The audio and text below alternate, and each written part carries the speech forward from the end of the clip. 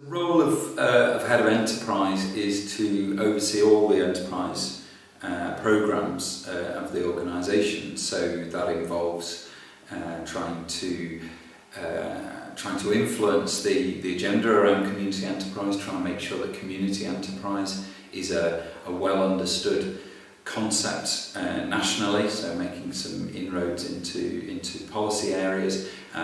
Community enterprise by our definition is social enterprise, but which is focused on a particular neighbourhood or community. So the end goal of a community enterprise is the regeneration of a particular community rather than just being about a single issue.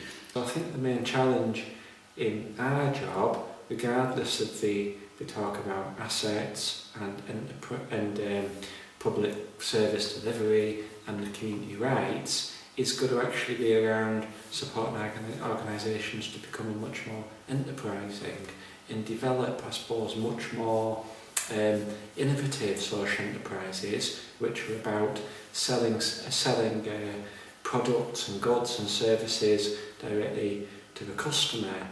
So, and there's a range of these which exist within our members, but in my opinion are not quite prominent enough.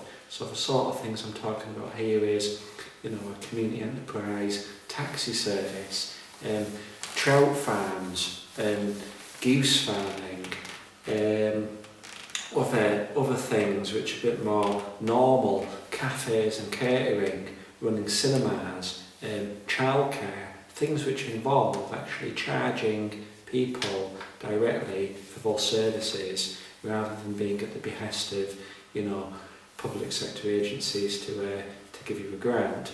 And that sort of big stepping up into real, much more commercial enterprise, I think is going to be the key challenge for the sector over the next few years. But I think much more involvement in that area is absolutely critical to the survival of the sector.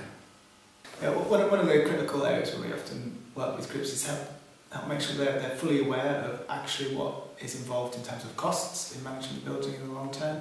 So quite often these are quite emotive projects, but it's really important to make sure that motivation is also tempered with realism in terms of a clear understanding of what it takes to sustain a building, so that it doesn't become a liability or burden for that organisation. One of the ways in which we try to support organisations to develop is to ensure they can learn from other people that have trodden the same path before. We do that sometimes by the use of benchmarking techniques, so we get organisations to rate themselves, or we can help rate them against a variety of indicators. And we sometimes like to bring groups of members together to actually look at all the ratings that them and their peers have achieved across those indicators, and then to learn from each other. And so those benchmarking meetings, something we're increasingly trying to do in locality, and we've got one group in particular that meet in Hastings periodically, and they're sort of medium-sized sort of locality members, but quite aspirational, growing members based around London and the South East meet up in Hastings for about 24 hours, and each time there's a particular focus on a particular type of organisational development, and we look at who's really ahead of the curve on different metrics, and get people who are maybe a little bit further back on that to learn from the organisation who's sort of best in class, if you like. Organisations which have gone through this process and have taken on the building get a massive advantage. I think it gives you several things. I think if done properly, it can be a bit of a cash cow for the organisation, particularly if it's quite a large building and you can attract other service providers which are all paying rent. I think there's a sense of security associated with buildings, sometimes which is an image because we've got a building we're sustainable, but I think sometimes there's a bit of a reality there, and especially if that building's been a transfer over from a local authority, then the local authority, often regard that as almost like too big to fail, that, the political consequences of it collapsing within a couple of years are too great, which means there's much more of a collective effort to make it a success. I also think what it does, it gives an organisation much more of an identity, much more of a local identity. It's somewhere where lots of people can come, they can access a whole wide variety of services, and because of the permanent nature of the building, it means that the organisation which owns it and operates within it is by association is given that same sort of permanence. A really important part of that is the peer support that we're able to link people into through the networks.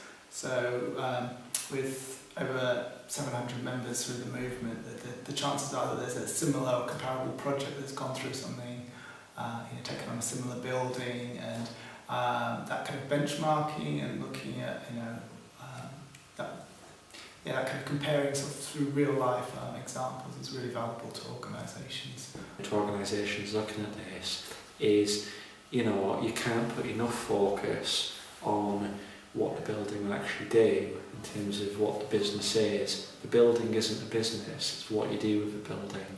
That's the thing that generates some money. That's the thing which gives you your, social outcomes, and that's a critical thing that organisations need to look at.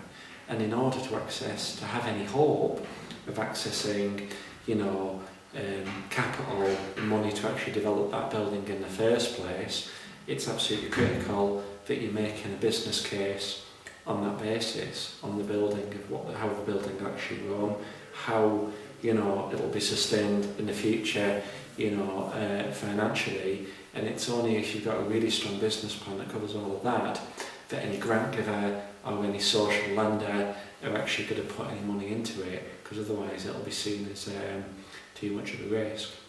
In overview, how Locality supports organisations with enterprise development, we're very keen not to provide a one-size-fits-all approach. We support organisations to learn from each other and go through different stages. We've got a model of enterprise development which is called SOAR, which it's an acronym, stands for getting started, getting organised, achieving, and then finally becoming resilient. And it's not a path that people follow in a linear fashion. Sometimes they slip backwards, and some organisations will travel that path faster than others. But we've got a variety of different tools that will support organisations at different stages. Often organisations that are looking to do enterprise support will just provide one product, and this is what we do, this is our support. And if it's not right for you at your stage of development, then tough. Because we're supporting a membership and we've got a very broad church of members, we have to have tools and we have to have products and support structures that support organisations right from the very emergence of an enterprise idea right through to sort of high growth and really trying to scale enterprises that they're already delivering successfully. So we've got that range of different tools. So community enterprise for me is around communities actually understanding how they can recirculate money locally by creating jobs locally for the benefit of the local community where they're meeting a need or a service. All sorts of a range of things. So it might be local food initiatives through, say, a food co-op, or vegetable schemes, right the way through to managed workspace almost. And when I say managed workspace, we've all seen business space where you've got a number of small units, so from one end to the other. And it's really a means by which communities can meet the local need where there's been a sort of market failure,